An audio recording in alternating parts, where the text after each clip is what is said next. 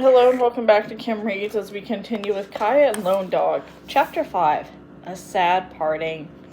A pale streak flew by Kaya and it plunged down the hill toward the den. It was Lone Dog.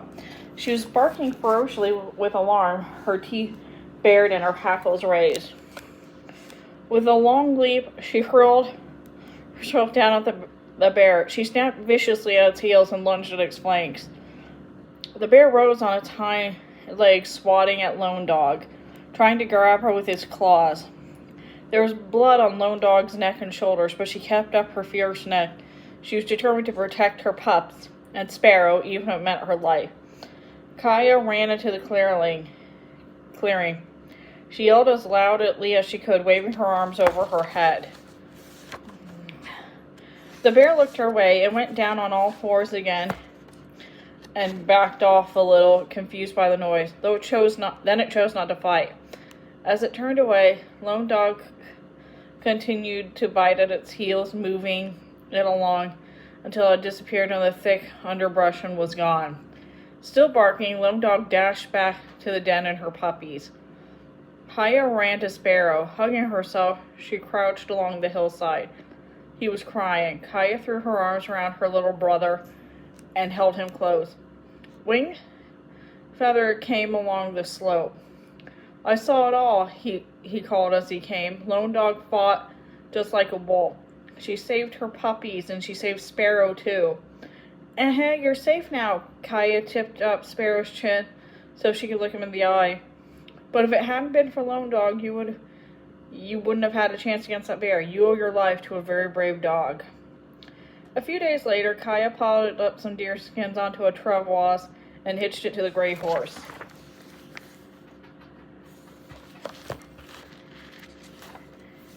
The gentle gray's hoof was sealed, and she accepted the travois as she had always pulled one. Kaya's training had been good.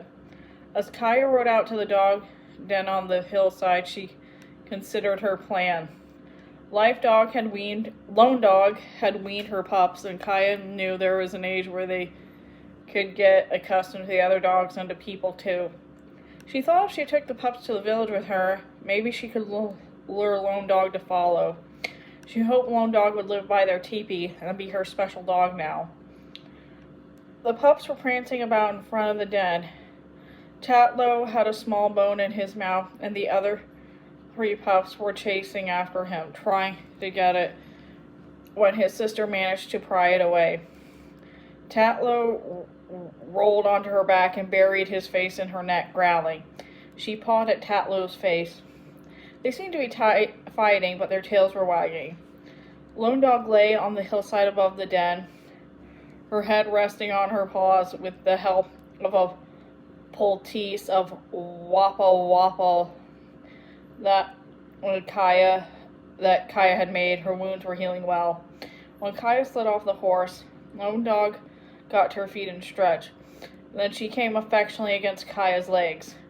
Kaya scratched her back above her tail. Her pups are growing fast, aren't they? Kaya said to her friend. Now they can come back as part of our dog pack. Lone Dog looked toward her pups, wrestling for the bone, and then back to Kaya. Would this solitary dog allow her pups to live among people? And I hope you'll come to live with me too, Kaya said softly. Lone Dog looked away. After a moment, she went back to the hillside and lay down again. She seemed to be thinking over what Kaya had said. Kaya rounded up the pups and put them in the makeshift nest on the travois. They curled up together as if pleased to be going on a ride. Kaya mounted the horse and called, "Come, Lone Dog, come!" Hoping that Lone Dog would follow, she began to ride slowly toward the path that led to the village. When she glanced over her shoulder, Lone Dog was trotting down the hillside to follow them. But Kaya's worries were far from over. Everyone trusted Lone Dog since she saved Sparrow, but Kaya wasn't sure what Snowpaws would do when he saw Lone Dog approach the village. Would he still think she was a danger? In an all-out fight, he could injure or kill her. As Kaya rode towards the teepee, she watched warily for the big black dog. Soon Snowpaws came barking loudly to confront Lone Dog. He took a stand near the teepees and set himself to defend the village. Cayusta was making finger cakes with some other women. Soon, Snowpaws, go, she commanded the dog. Go, she repeated even more loudly. Lone Dog belongs here now. Snowpaws stopped barking, but he approached Lone Dog swiftly on stiff legs. Lone Dog stood perfectly still, her ears slightly back. She was in his territory now. He sniffed her, then allowed her to sniff him in return. When he walked back to the other dogs, Kaya knew he had accepted Lone Dog as one of the pack. Oh, she hoped Lone Dog would stay with her here in the village. Cayusta was stringing dry roots and dried goose cakes on hemp cord so they could be carried easily when it was time to travel again. Kaya worked at her mother's side, cutting the cord into even lengths and handing the pieces to her as she needed them. The season for digging roots here was coming to an end. Soon everyone would leave the Palouse prairie and journey to the meadows to dig camas here. Kaya knew the camas plants were already in bloom, their deep blue flowers making the meadow look like vast shimmering lakes. And soon it would be time for the spring salmon runs too. Kaya loved to travel, but now she worried that Lone Dog might not follow her when they broke camp, although her pups had joined the dog pack. Lone Dog didn't seem to be at ease around people or the other dogs. When Kaya was in the camp, Lone Dog stayed near her side.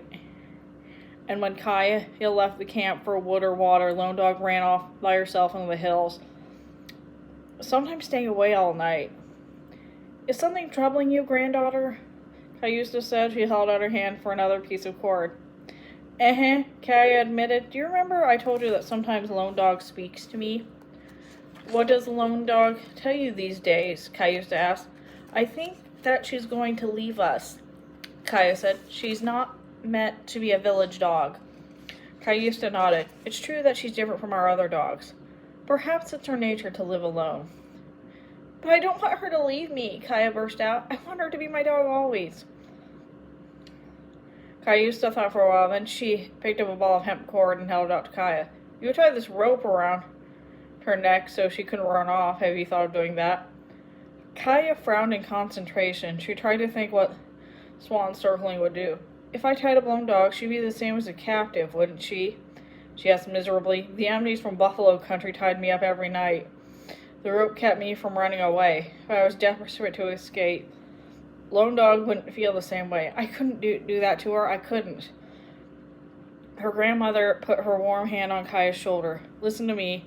I have something to tell you. Kaya looked up at her grandmother, who was gazing with her in love and concern. I know it will be hard for you to let Lone Dog go her way,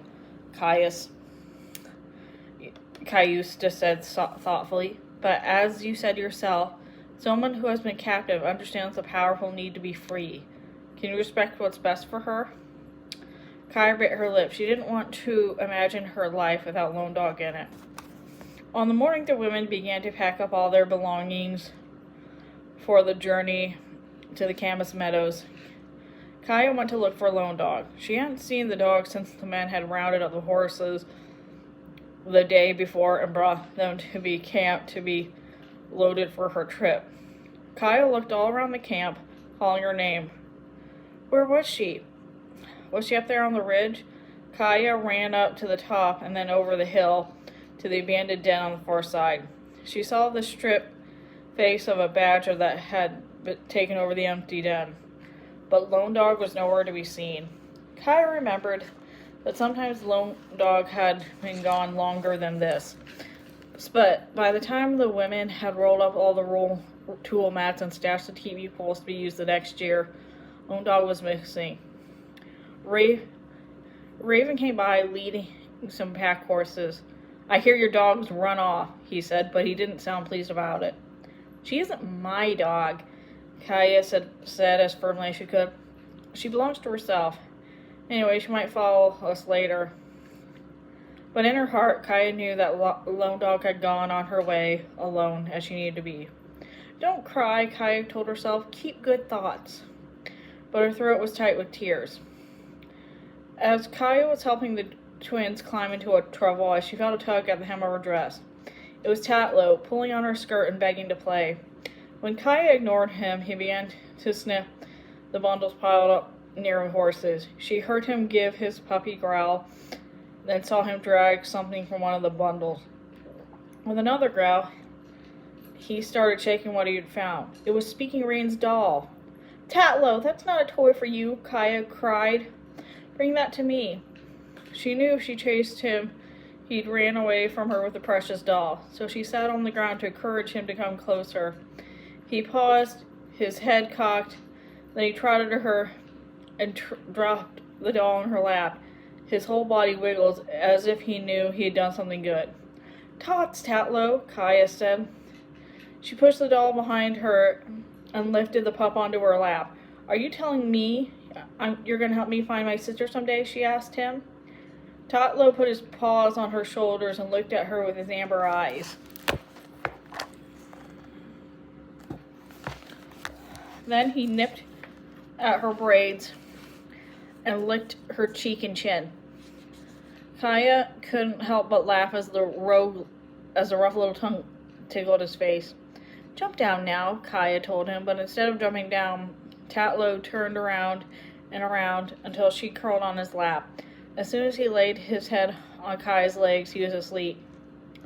Kaya gently stroked the sleeping puppy. His muzzle was pale, like lone dogs, and his big paws meant he'd grow large, like her. I think your mother sent you to be my dog now, Kaya whispered to him. We have a long, long way to travel, and I'll be very glad to have you with me. And that is the end of Kaya and Lone Dog. Thanks for listening.